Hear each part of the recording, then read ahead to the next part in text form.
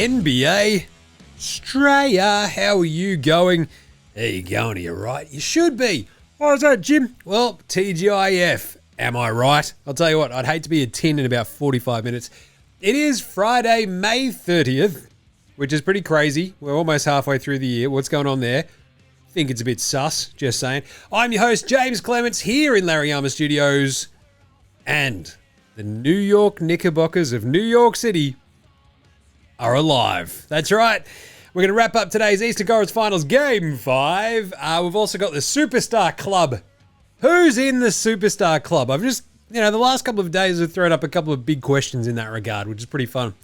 So we'll talk out the Superstar Club, which will be fun. So we're going to wrap up Game 5 in the NBA Straya Game Wrap.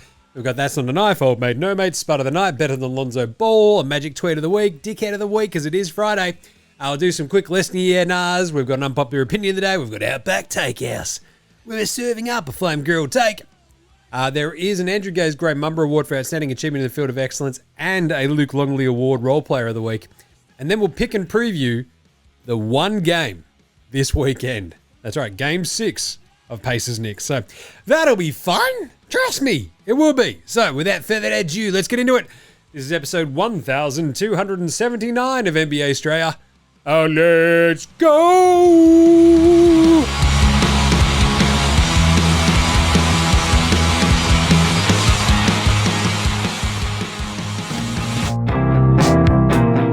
Hey, what's up? This is Nick Hexum from 311, and you're listening to NBA Straya.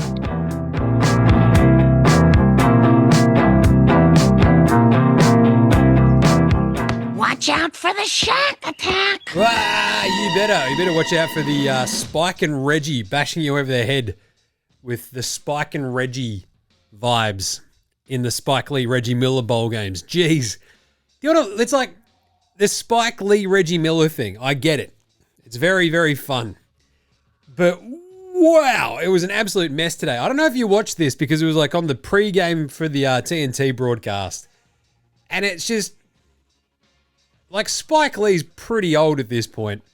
And Reggie Miller, at the best of times, is an incoherent moron. So when you have the two of them together, along with Shaq and Chuck Barkley, there was a moment in the pregame where I'm pretty sure it was 45 seconds of absolute fucking gibberish. And anyway, like the Spike and Reggie thing, it's like, it's all love, it's all love.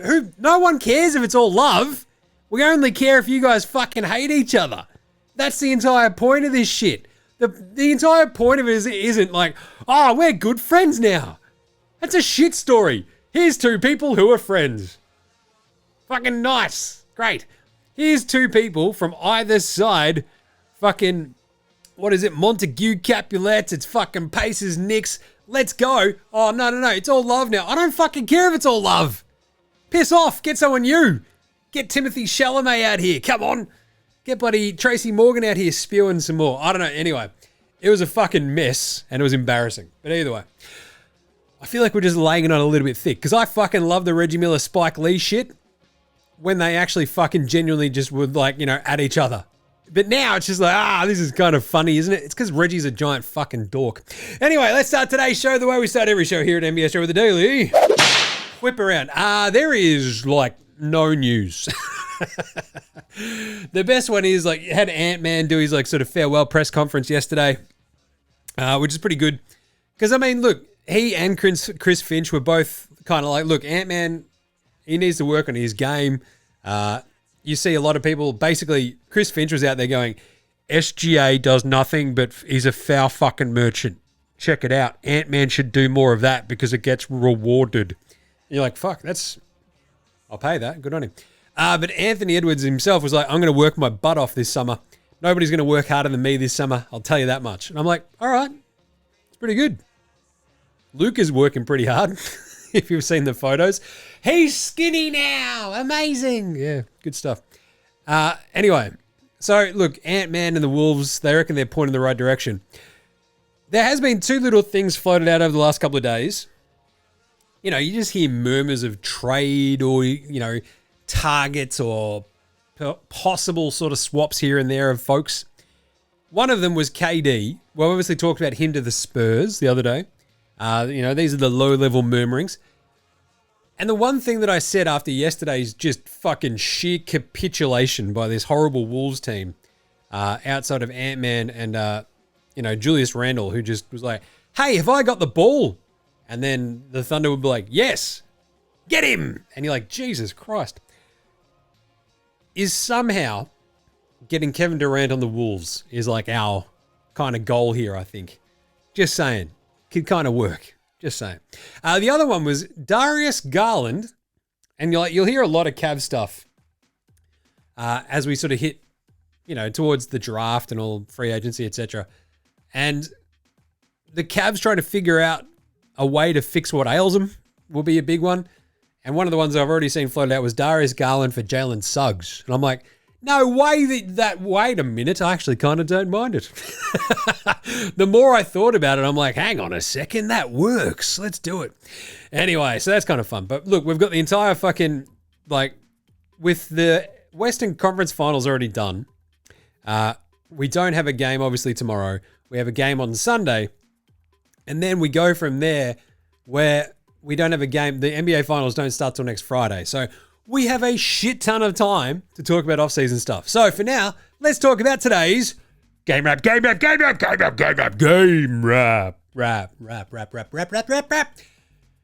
Indiana Pacers took a 3-1 lead into the Mecca, MSG, to take on the New York Knickerbockers. And they walked away with a 3-2 lead. 111, your New York Knickerbockers of New York City. 94, the Indiana Pacers of Indianapolis, Indiana. So, Game 5 was essentially what you'd kind of expect in this situation, right? The desperate home team putting up a fight in front of their loyal fans and forcing a Game 6. The weird part is, of course, they were down 3-1 and they're at home for a Game 5. It's one of those weird ones where it doesn't happen that often. I think I said that on this morning's video, right? In conference finals history, the road team being up 3-1 in a Game 5, they're 9-18 all time. 9-18, it just means it hasn't happened that much over the course of 75 years of NBA history, right? So it was a strange situation sort of going into it. The New York fan base is obviously off their fucking heads because at the drop of a pin of success, they're off their fucking heads. And you see it afterwards, they're beating up a doll of Tyrese Haliburton. That seems a bit weird. As I said before, New York Knicks, they just have a higher quotient of scumbags in their fan base than most other fan bases. But the thing is, they might also just have the loudest scumbags. They might not even have a higher quotient of scumbags, right? They might just have so many fans, it means that, per capita, their scumbag per capita quotient might be the same, but because there's so many fucking Knicks fans in New York, they're just everywhere, and you just see more of the scumbags. So, either way, crazy game. It was actually a really fun, entertaining game for a game that ends up being 111-94. Because Indy don't say die. It feels like they never fucking give up, right? And New York, they got off to the start that they needed to. Brunson was absolutely flying out of the gates. And the Knicks, from the get-go, dictated the pace of this game. And that was what all of this entire Game 5 came down to. Not letting Indy play the game on their terms. And the Knicks did a really, really fucking good job, I think, of that throughout, right? So they get up pretty quickly. It's 12-9 halfway through the first. The Knicks controlling the pace.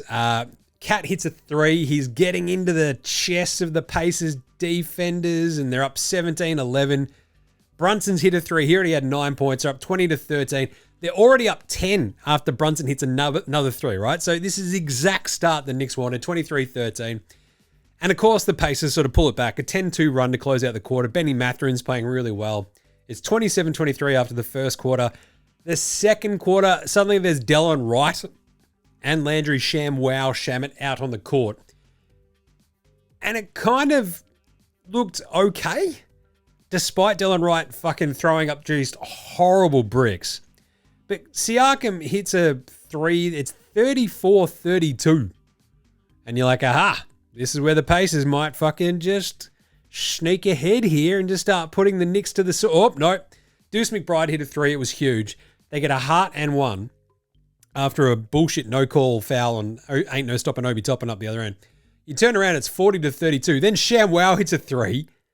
Cat gets an and one. And holy crap, the Knicks are up 12. What the shit? OG has a drive. They're up 14. It's a 14-2 run at this point. They're up 48-34. Haliburton's been really quiet. Hart keeps driving. The Knicks are just going at the basket. And these were like the kind of big things about this game. They were playing on their terms because they were getting in the paint. They were driving at the Pacers. They were making the Pacers uncomfortable. The Pacers weren't doing the shit the Pacers wanted to do. They weren't able to run off made baskets by the Knicks. The Knicks were picking up the ball a lot earlier. They were putting so much more ball pressure on the defense, which is pretty crazy. And the Knicks didn't turn the ball over. And so the Pacers just couldn't get out and run. They couldn't get out in transition. They were shooting 37% halfway through like the second quarter. And the Knicks only had 5 turnovers, right? And then boom, Jarris Walker hits a three.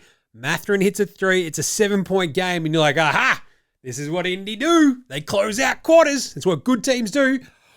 And Karl-Anthony Towns, oh my God, had his 17th points by just going inside, going into the guts of them. Siakam kept missing these bunnies in the paint. Bridges hits this very nice turnaround, and they get a couple of settling buckets right at the end of the second quarter to the Knicks. So they go up 11 at the half, despite this Brunson turnover at the end of it, where you're like, aha, go watch out, Haliburton. He's on the wing, lines up the three. Front rim just misses. And it felt like that Haliburton three, had that gone in, this could have been an entirely different game. Anyway, Indy was shooting 37% in the first half, 7 of 18 on threes, 6 turnovers. The Knicks had 7 turnovers for the half, but was shooting 51%. Cat and Brunson were fantastic. Haliburton had 4 points on 0 of 3 shooting. A little bit bloody different to game 4. Just saying. Their bench was playing really, really well. Toppin, Jarris Walker, Benny Mathurin, Shepherd, TJ McConnell were all on the scoreboard. And I think the Pacers had scored 43 points in the first quarter of game 4. They had 45 points in the entire half of game 5, right? And so you go into the second half, Indy start with the turnover, and that was just so crucial because the Knicks are just sitting there going, right, if we're forcing them into mistakes, then it allows us to cover up for the shit that we do because they had so many fuck-ups, the Knicks. There were these dumb turnovers, dumb fouls. That all came a little bit later because, look, this was a bit of a slog to start the third quarter. Brunson hits a layup. Naismith answers with a three. And, like, off they go, though. It's just this great ball pressure from the Knick defense that sort of just really, really, really kept Indy on their toes, kept them scrambling. And when you have Indy scrambling and not doing the shit they want to do, they don't look that great. And this is exactly what happened. They already had 3 turnovers pretty quickly at the start of the second half. And it's up, the Knicks are up 66-50. And you're like, hello? Not bad. It gets then stuck in the fucking mud for like ages there because Karl-Anthony Towns has this offensive foul, horrible one, and then a turnover. And Thomas Bryant comes on. He misses a dunk. Cat has this sick bucket on a drive, and they're up 18 points. It's the biggest Knick lead of the series. Then they have a turnover. Then there's an OG foul. They're up 20. It's 72-52. And then boom. Karl-Anthony Towns has like the world's dumbest fucking foul. Color me shocked, I know. Cat, a dumb foul in a big spot. Who could have seen that coming? Except fucking everybody, says Jim. And the question was, could they keep up the momentum without Cat out there? Because he was playing fucking awesome. And then boom. You have this Hart turnover. The Pacers are coming back. There's like 6 minutes left in the third quarter. India suddenly getting turnovers. There's like 5 turnovers in the quarter, I think, for the Knicks for that point. It's a scramble on offense for the Knicks. And the Pacers suddenly just starting to like eke back into it. It's like a 15-point game.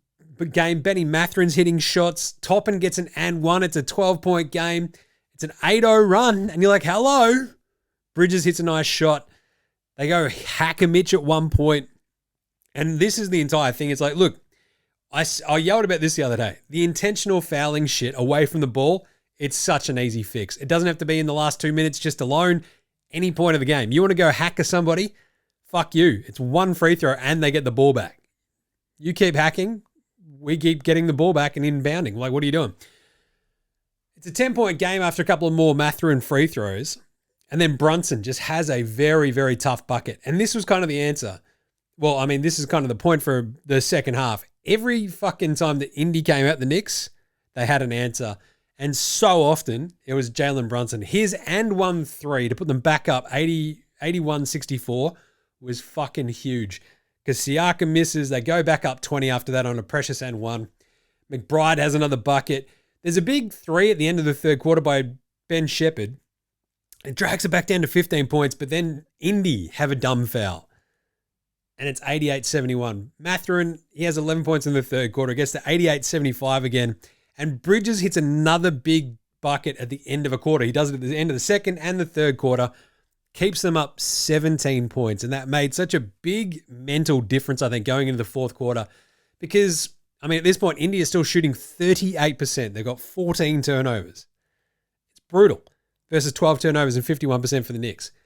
OG finally hits a 3 at the start of the fourth. It's 95-75. And then we sort of just go back and forth, right? And the Jarris Walker hits a 3 later, though. They just hit this moment where they just go, oh, God, here come Indy. It's like OG misses a 3.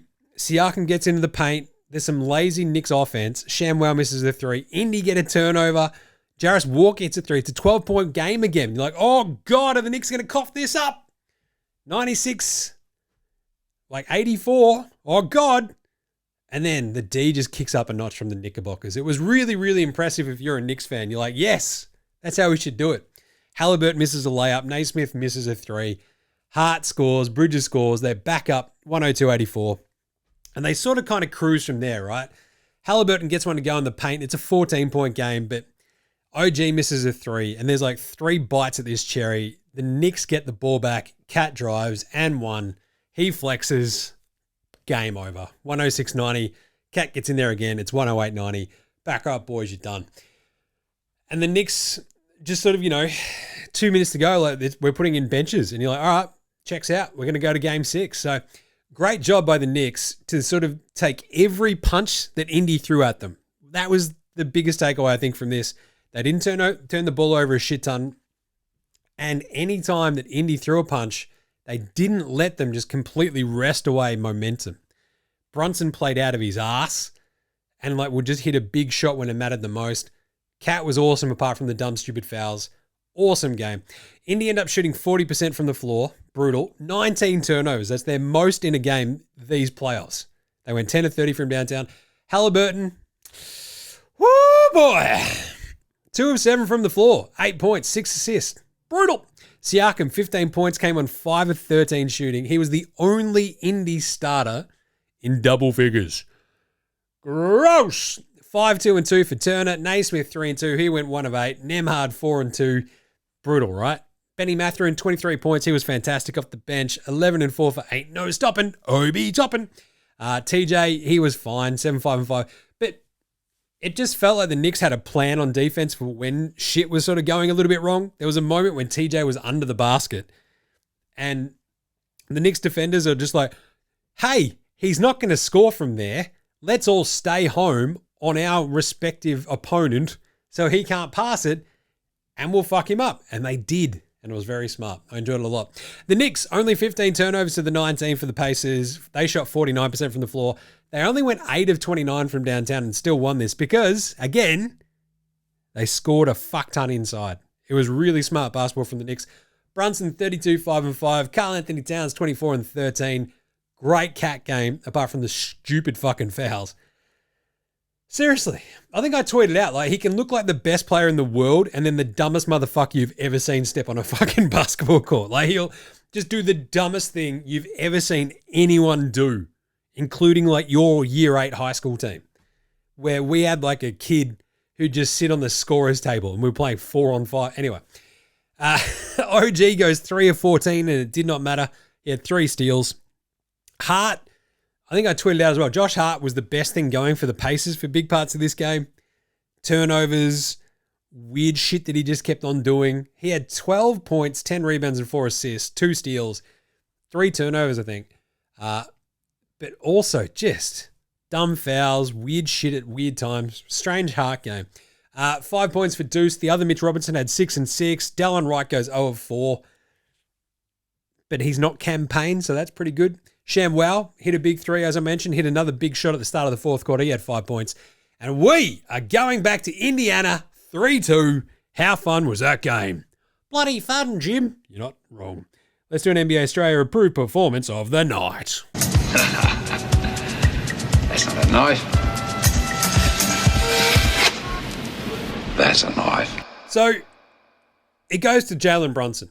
His 32 points were fantastic. 5 assists, 5 rebounds. He shot 12 of 18 from the floor, 4 of 7 from downtown, and now has 21 30-point playoff games over the last 3 years. That's insane. Absolutely insane. 21.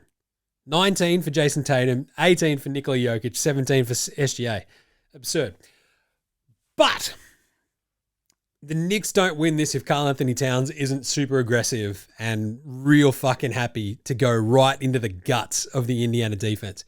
It was like Brunson set a tone and Cat went, hang on a second, you're small. I'm big. If you do that, I could do that too, but I'll be closer to the basket.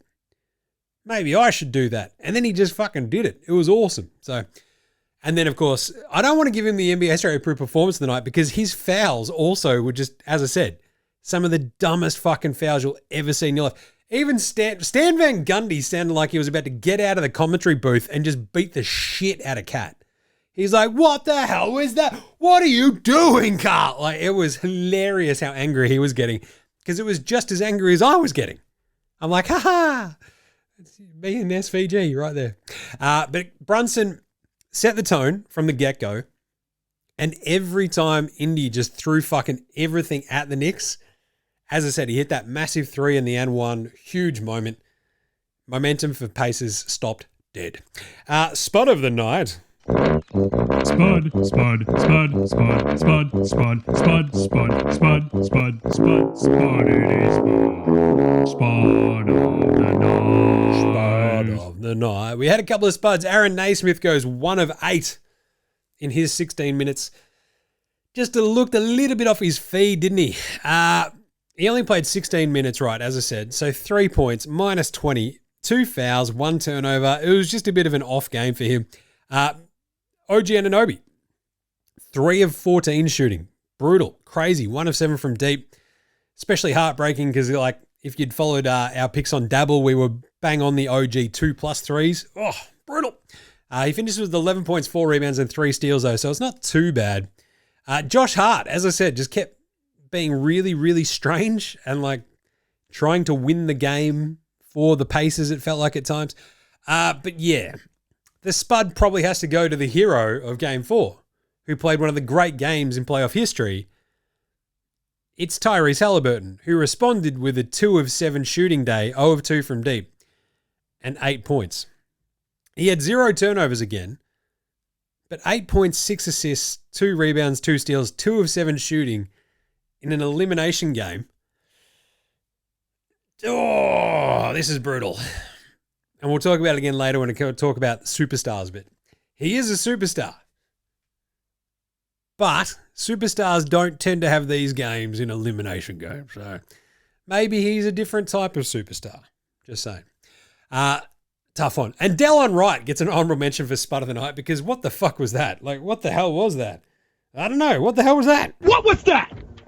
What the hell was that? He was solid, but just could not hit a fucking shot and never even looked like it either. Who's old mate, no mates? After I press the button properly. Old mate, no mate. Old mate, no mates. Old mate, no mates. Old mate, no mates. Old mate, no mates. Old mate, no mates. Who's got no mates today? I mean, it's kind of Siakam. Like, as he's out there battling manfully for his 5 of 13 shooting. As I said, he was the only starter in double figures. He gets to 15 points. The rest of the starters, I think, got to 22 total, which is crazy. So, yeah, they hit 8 shots between them, the rest of the starters. Whew, get that man some help. But also, Anthony Edwards just out there copping it. I'm going to talk about this a little bit later as well. Ant-Man, I think, like, he's 23. We talked about this yesterday, how Ant-Man is sort of graded pretty harshly. It's like, yeah, he's been in 2 Western Conference Finals already, and he's 23. And Chris Broussard, I fucking hate that guy. He's like, he's too young and immature to lead a team to a championship right now. He just is. Yeah, he is. He's 23. Like, what do you want him to do? Just get older? Like, that's what'll happen. It's fucking weird. So, yeah, he's just too young and immature. Well, yeah. That's what happens. Like, MJ didn't win a title when he was 23, so just saying. Pantsing of the night. Ooh, Miles Turner got pantsed a couple of times. He also had a sick pantsing on, I think, Mitch Robinson. But yeah, it was sort of back and forth. Hacker Mitch is a bit of a pantsing anytime you have to have that happen and you go up and you miss both free throws. That's a pantsing. But Karl-Anthony Towns, talk about self-pantsing. That's a bloke who just can't get out of his own fucking way. He's like, oh my God, how can I do something stupid? And just does the dumbest fucking thing you've ever seen. Absolute pantsing. Better than Lonzo Ball. Lonzo was the best player in high school. He was the best player in college. You think he'll get to the pros and be like, I made it to the pros, now I can be average. He's coming for everybody. Coming for everybody. Benny Mathurin. What a game. He's been fan-bloody-tastic. It's pretty crazy to think, he was the 6th pick in the draft like 3 years ago? And he's just been fucking incredible these last 2 games. He had, 20 in game 4. Backs it up today with 23 points, 9 rebounds, 9 of 9 at the free throw line, 6 of 10 shooting overall, and kicked some ass, took some names. It was like he was the only one up for the fucking fight today to lead the Pacers in scoring off the bench in 25 minutes. Yeah, you better believe he's better than Ben Simmons, Lonzo Ball, and Bronny James. God damn. What about everybody's favorite one? The Magic tweet of the week.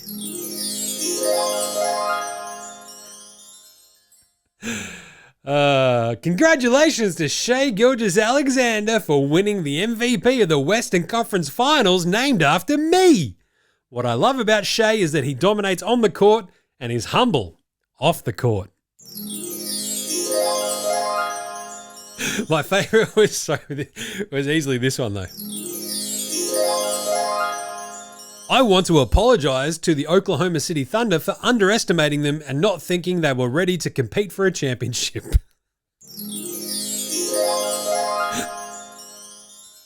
Thanks, Magic. That's so good.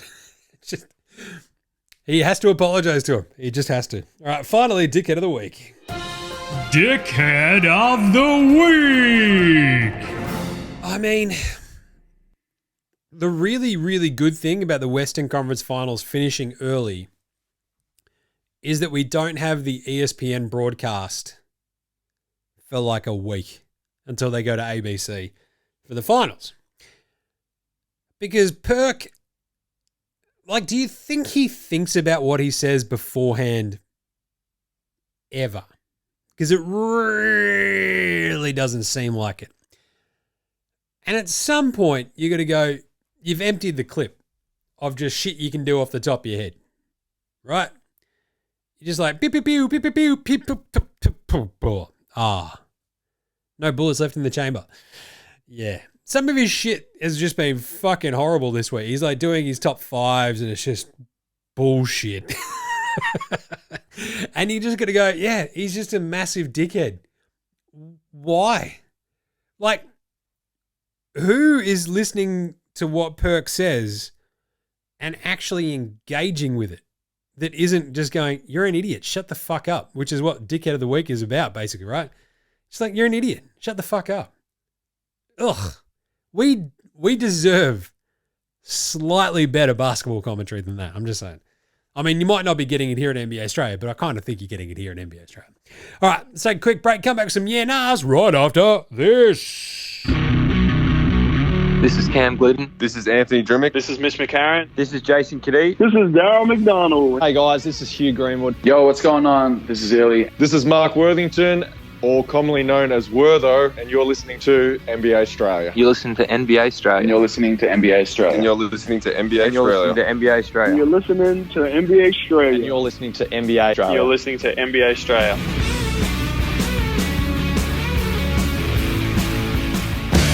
All right. Let's do it. Let's do some Nars.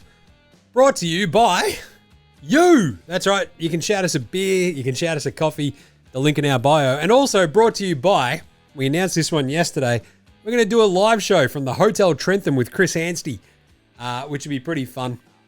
After Game 2 of the NBA Finals, we'll go hang out, watch the game, probably sink a few bloody tins there. It is June 9, which is the King's birthday weekend, actual public holiday on the Monday, right? So we're going to decamp up to the Hotel Trentham, do a show there.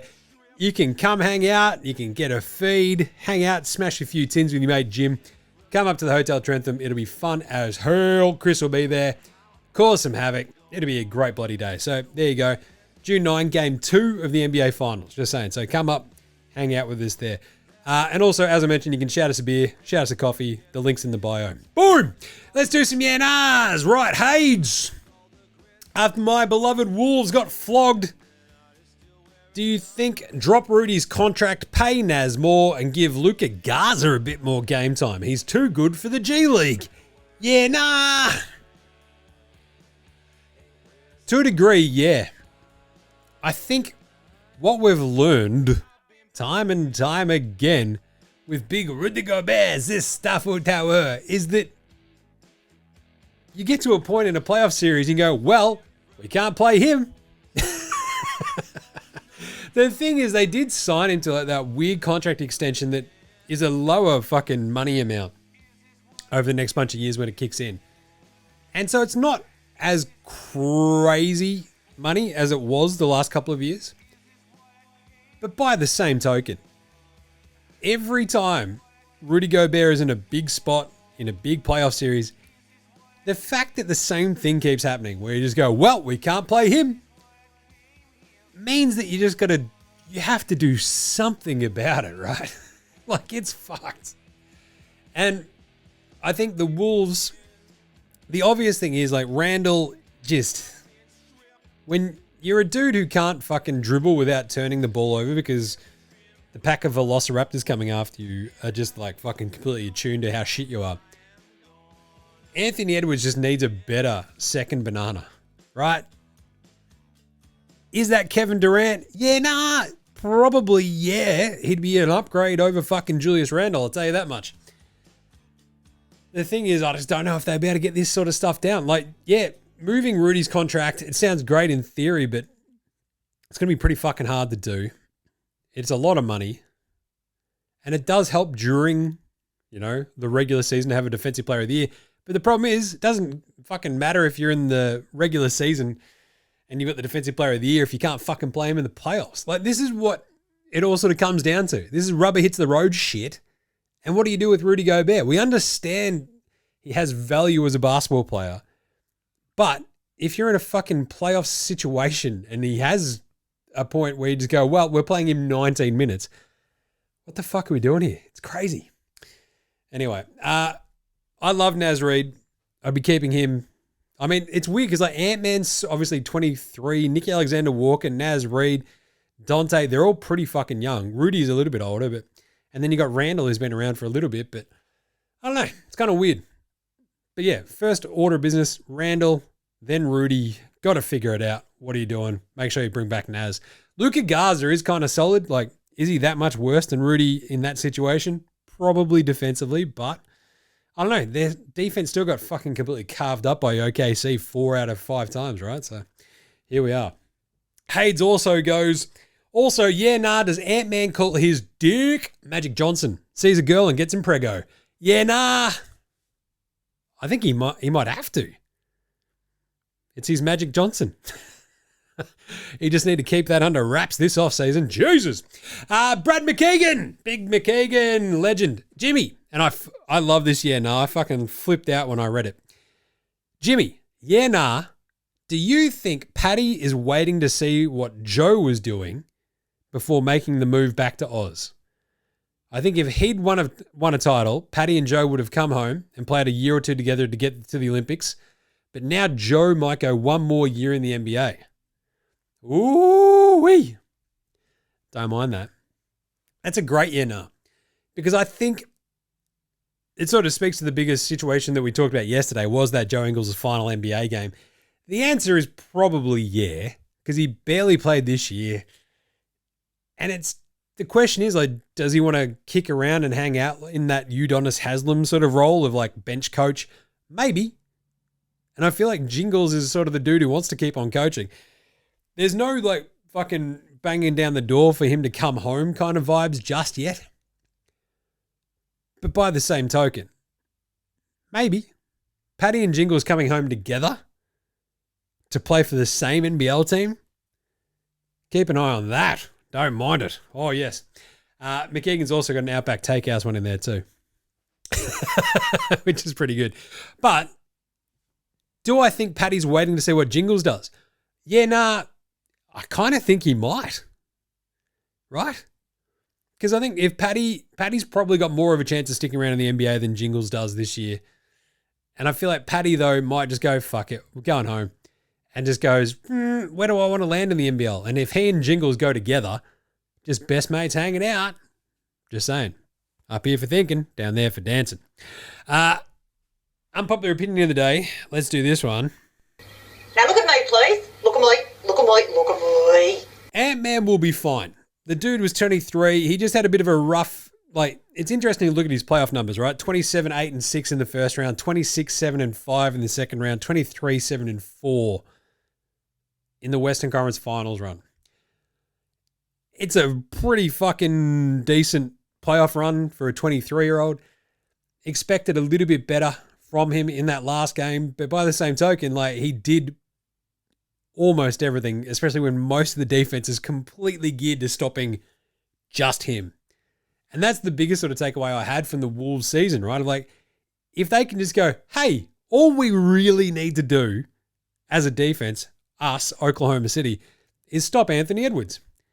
And then go, oh no, what's Julius Randle going to do? Beat us?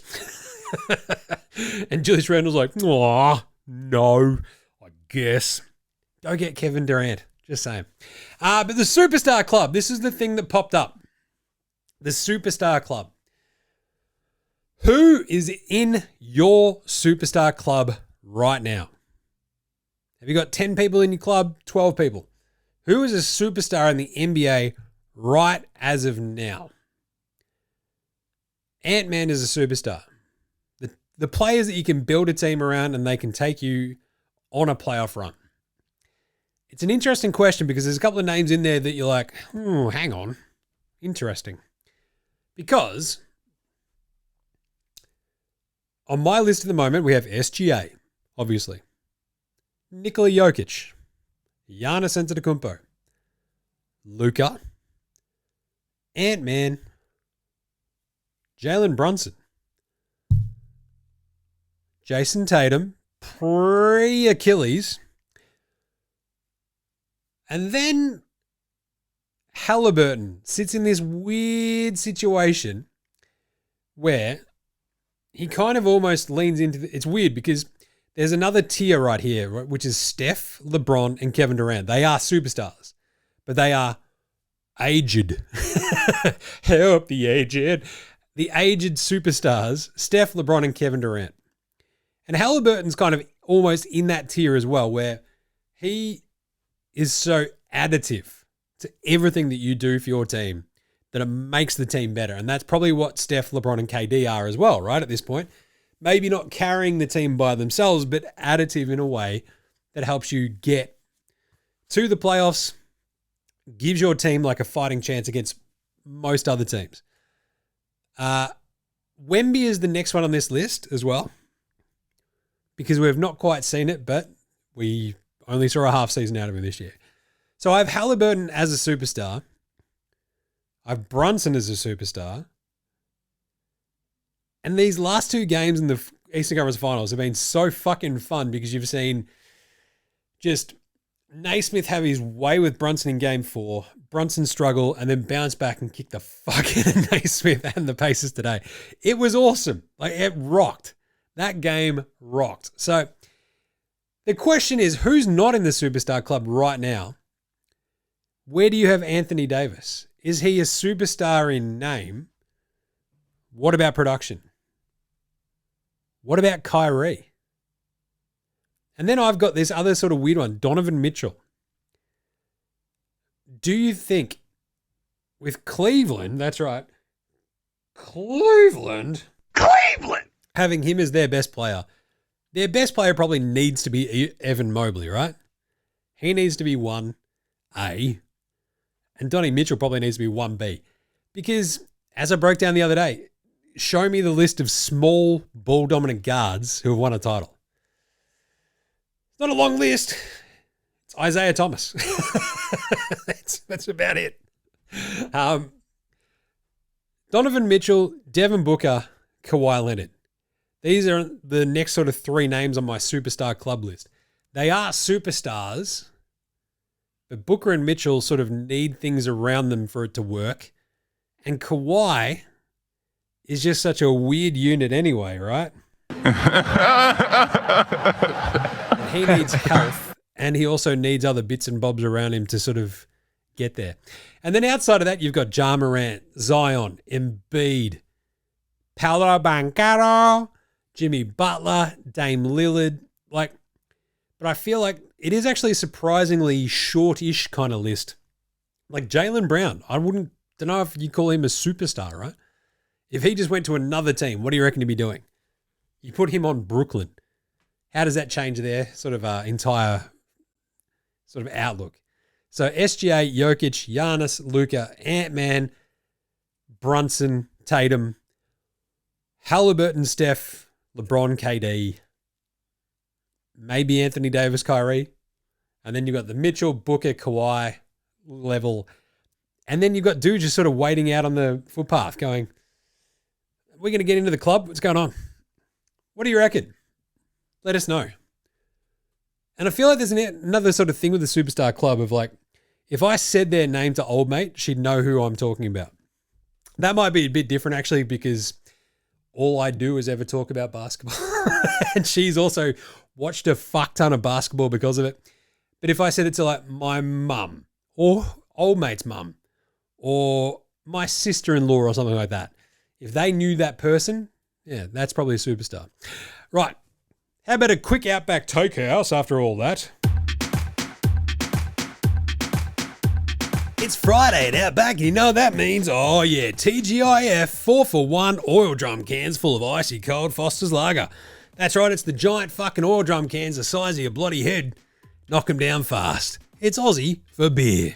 And today's Flame Grill take is the only way the Indiana Pacers are going to win Game 6 in Indiana if they send old mate John Haliburton back down courtside to fight Jalen Brunson.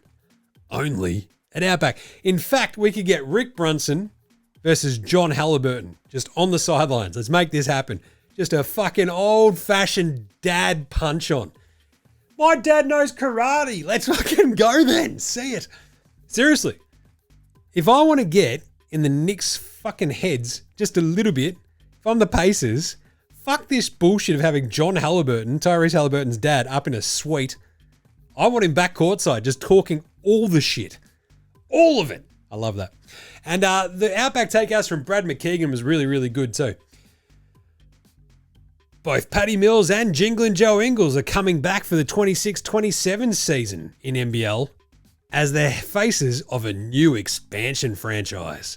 Feel like a Jingles and Thrills-led Super Cats team could be a vibe. Only at Outback. I love this. There is just no way they'd do it in Geelong. Jingles and Patty are not coming back to live in fucking Detroit. They would 100% come back to head up the Gold Coast franchise maybe if they had like a shit ton of money behind them. Maybe. As I said to McKeegan, I think bring back the fucking Crocs. Let's go. But yeah, Jingles and Thrills back to head up the NBL expansion. Let's go. Not bad. All right. Australian Player Watch, because we actually got an Aussie out on the court today. Let's do it. There we go.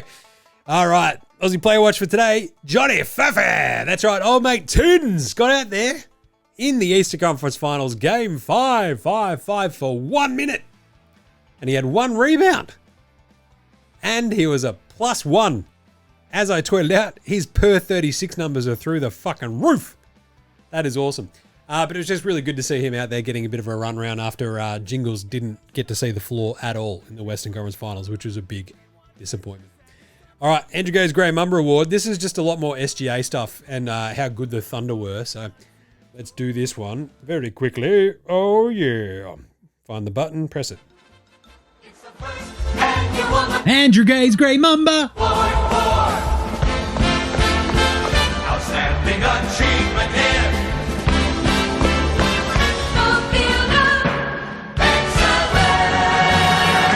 All right, this is about how good OKC were this year. So yesterday was their 4th 30-point win of the playoffs. Their 4th over 30 points. It's like the most ever in a playoff run. That is fucking absurd. They're also 8-1 in the playoffs at home. 8-1.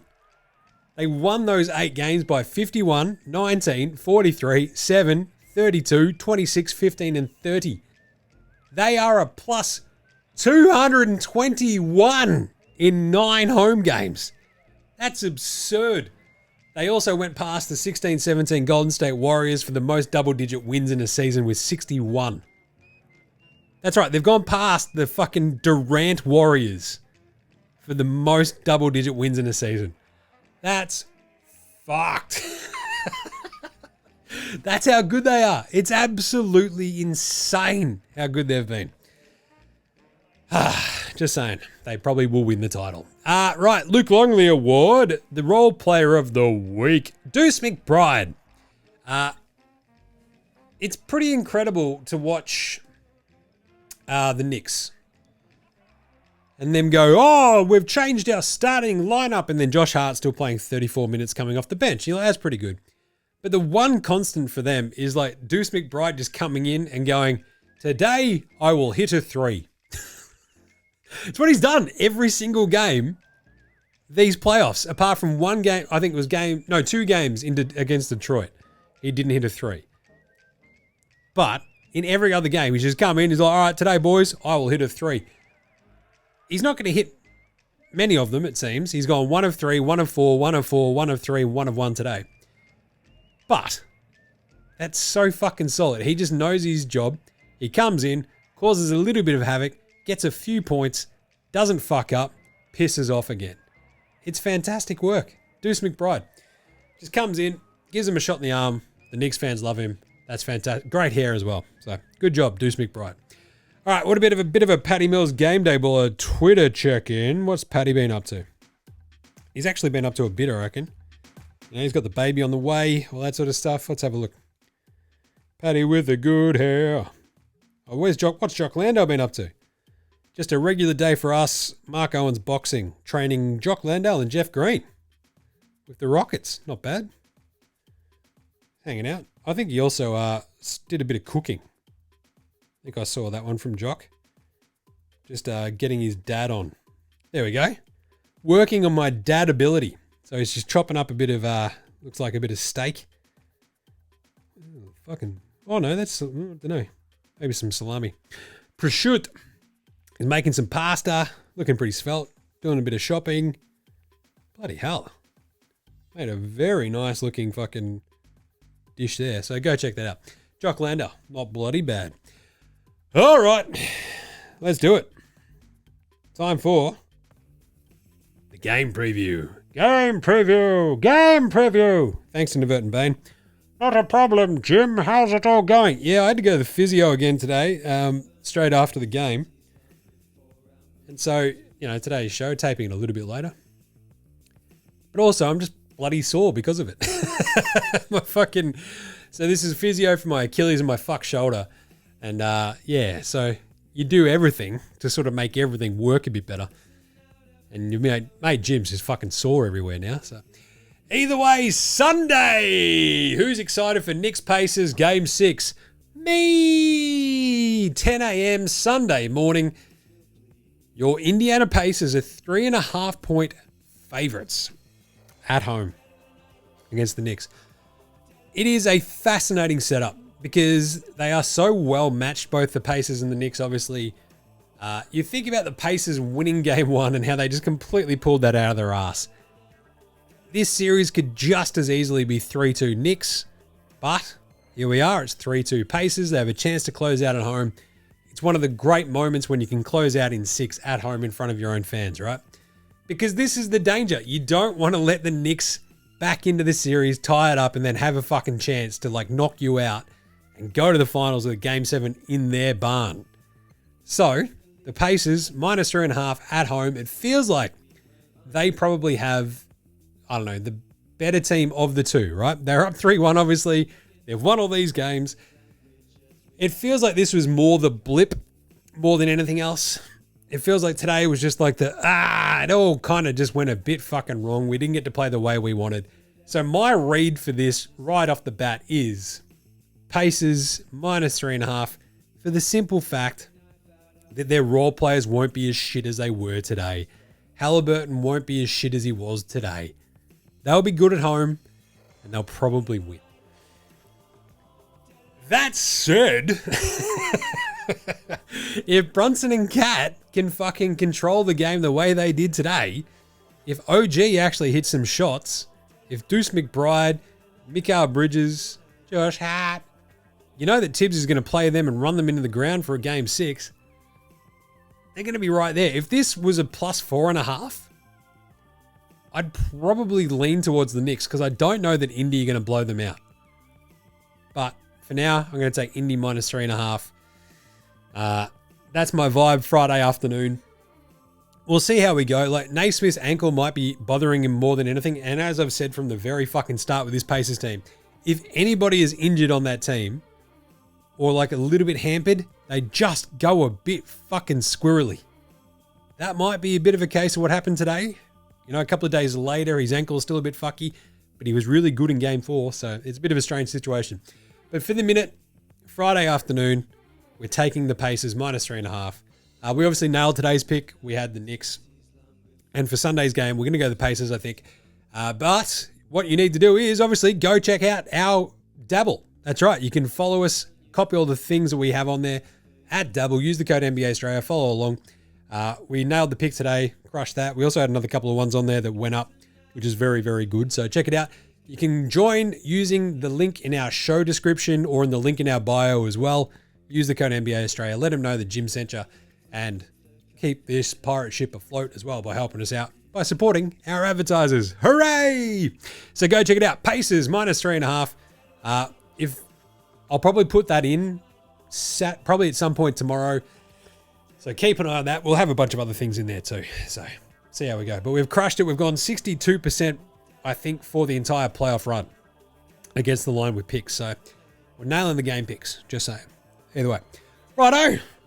Pacers in 6, apparently, according to me. But at the same time, look, I did pick the fucking Knicks in 7 before the series. So should I actually just stick with the Knicks?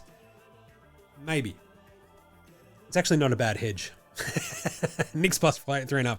But I think for the minute, my brain is just like, I think the Pacers bounce back and probably close this out.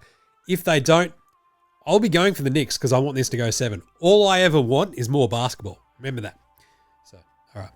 Sweet as. That'll do us, I reckon, for today and for this week. Remember, we're going to do a live show for Game 2 of the NBA Finals on June 9 up at the Hotel Trentham in Trentham. Chris Anstey, you'll be there. It's going to be awesome. So come along, check it out. We'll talk some shit about Game 2 of the NBA Finals. Come drink some beers with us. Just hang out. It'll be fucking fun. You can jump on the show. That's my guarantee. You come along, I'll put you on the show. That's how it's going to go. So, there you go. What a week it's been. The Thunder in the finals for the first time since 2012. Pacers Knicks is at 3-2. We're going to have a Sunday game. It's going to be fucking crazy. Can't bloody wait. So we will be back on deck probably Monday. Because we might do even a Sunday evening show. Maybe. We'll see how we go. See how I'm feeling on Sunday. I might be discussing the hungover because I am going to go see my friend's gold mines at Lulu's Tavern in Abbotsford on Saturday night. So might get a bit sideways on me. But either way, you can follow NBA Straya on Twitter, Facey, IG, TikTok, and YouTube. Jump in there. Jump in the comments. Say g'day. Send through some nars through the DMs, all that good stuff. Check out all the videos that we do as well. Get around NFL Australia. Chuck us a rating review on your Apple podcast, your Spotify, your YouTube, whatever app you use on your Android phone. It really does help out. So jump on that. Rate, review, star, subscribe, all that stuff. Comment. Please help a brother out. Big thanks always go to From Oslo for the intro and outro song. They rule. So do House Hats, Joshua De Laurentiis, Fascinated Gold Mines, Ramshackle Army, Iowa, Section 8, Green, and Dozers. They're behind all the tunes you hear throughout the show, so smash them all on Bandcamp, Apple Music, Spotify, however you support your bands, do so. NBA Australia supports Australian bands. Righto. So we might be back Sunday after that game. Maybe. We'll see. If not, we'll be back on Monday. So we'll speak to you then. And remember, you can shout us a beer, shout us a coffee, all that sort of stuff. Check out the links in our social bios. All right. We'll speak to you next time. This is NBA Australia saying, look after yourselves, would ya? And let a horse on.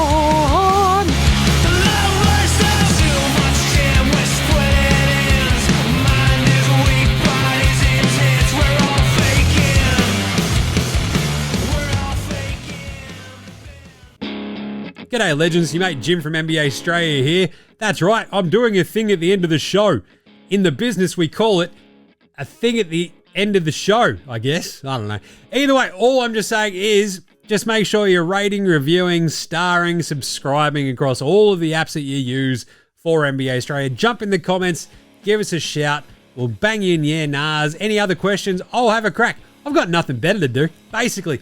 Also, just ask any questions, tell me what you want to hear from the show, and sing out and let us know. And of course, if you want to help support the show, jump on the old dabble, use that code NBA Straya, click on the link that's in the show description or on the socials. It goes up whenever I do the morning vibes, etc. So if that's your thing, jump on there, use that code NBA Straya, and remember, look after yourselves, would you?